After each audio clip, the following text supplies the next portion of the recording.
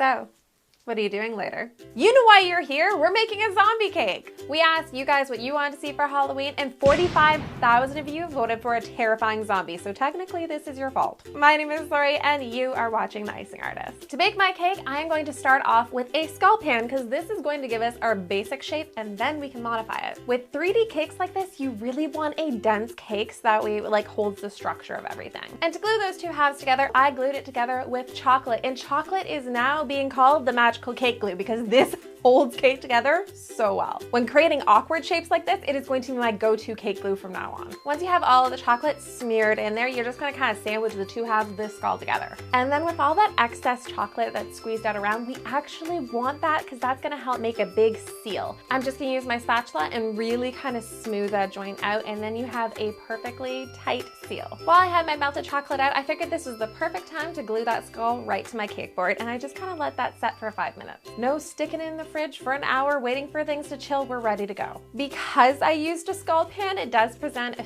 few problems.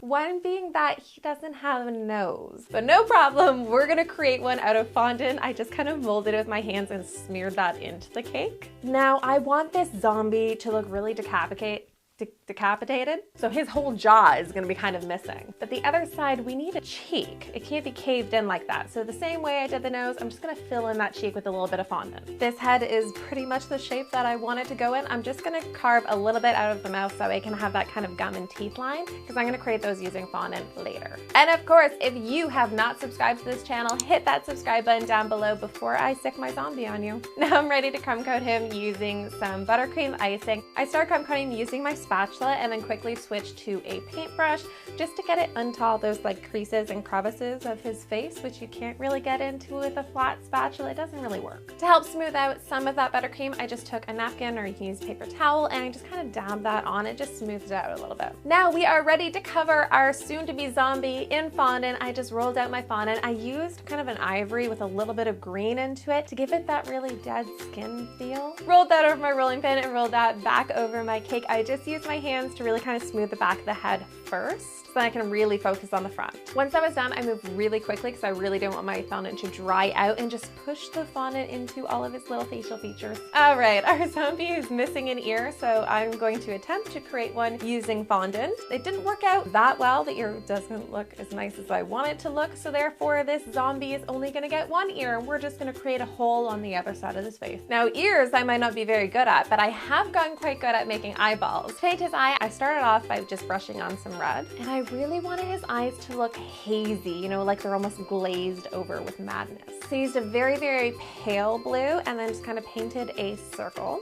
Brushed in with some darker blue and then almost gave him like a little gray pupil because we really didn't want anything to look pronounced on this eye. I want it to be very hazy. Added on some little veins with some red food coloring and I am done. I just glazed over those using an edible spray. It just locks all of the colors in. Once those were dry, I just pushed those right into the cake, and this is where it starts to get very terrifying because it looks like he is staring into my soul while I'm trying to make this cake. I added a few thin pieces of fondant around his eyes. I then blended in using this paintbrush. It's very like strong, but you can't really bend it that easy, but it's still soft, so it works really well for blending things. Now it's actually time for the fun part, making this cake look even more terrifying. So I just took my knife and I'm really gonna extend that jaw. Like I said, I wanted one side of the jaw to be really like caved in, or the skin to be kind of ripped out of it. I then did a similar thing and just kind of made a couple gashes here or there. And then I just used the knife and created all these like little cuts, just really like roughing up the fondant, creating all these little cuts here and there. I then added patches of that pink fondant in and around all those different cuts and gashes. Adding definitions to his gums where those kind of teeth lines are gonna be using my veining tool. And while I had my veining tool, I thought I'd add some wrinkles. You know, we wanted this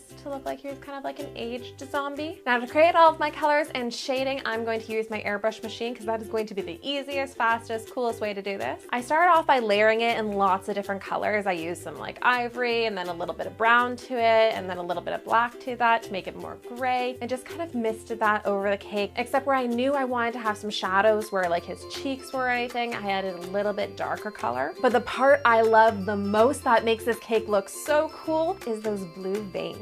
I just used my blue airbrush and on the lowest setting went really close to the cake and lightly misted on these little veins, almost so the skin is see-through through, and it looks so cool. Probably one of my favorite parts of this cake. And around all of those kind of cuts and where like the skin's peeled away, I'm gonna start with red and just kind of spray that into it. Add black so there's a little bit of shadowing. Our zombie is not going to be able to defend himself and get any food if he doesn't have any teeth. So I made little white teeth that we're then going to color, but I really wanted to make them different shapes and stuff so it didn't look like chiclets lining his teeth. Made some crooked, had some fallen out, because you know the teeth have been ripped out of his mouth. We're getting really gross here. But again, we're only gonna do them on one half of his face because the other one, it's all ripped out. Now I could have left the cake like this, but his gums look like plastic and I really want to add some realism to his gums. So I just took my knife and I really roughed up all into his gums. Once I had the flesh I roughed up, I just went at it again with the same kind of airbrush colors, layering those up. And to create that really, really fresh blood look, I just mixed some red food coloring in with my gel paste and just kind of spotted that around to really add a different kind of dimension to the cake. And that's it. That is how you make a gorgeous looking zombie.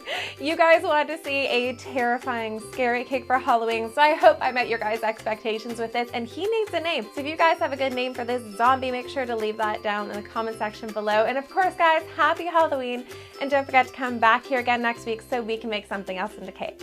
Bye, guys.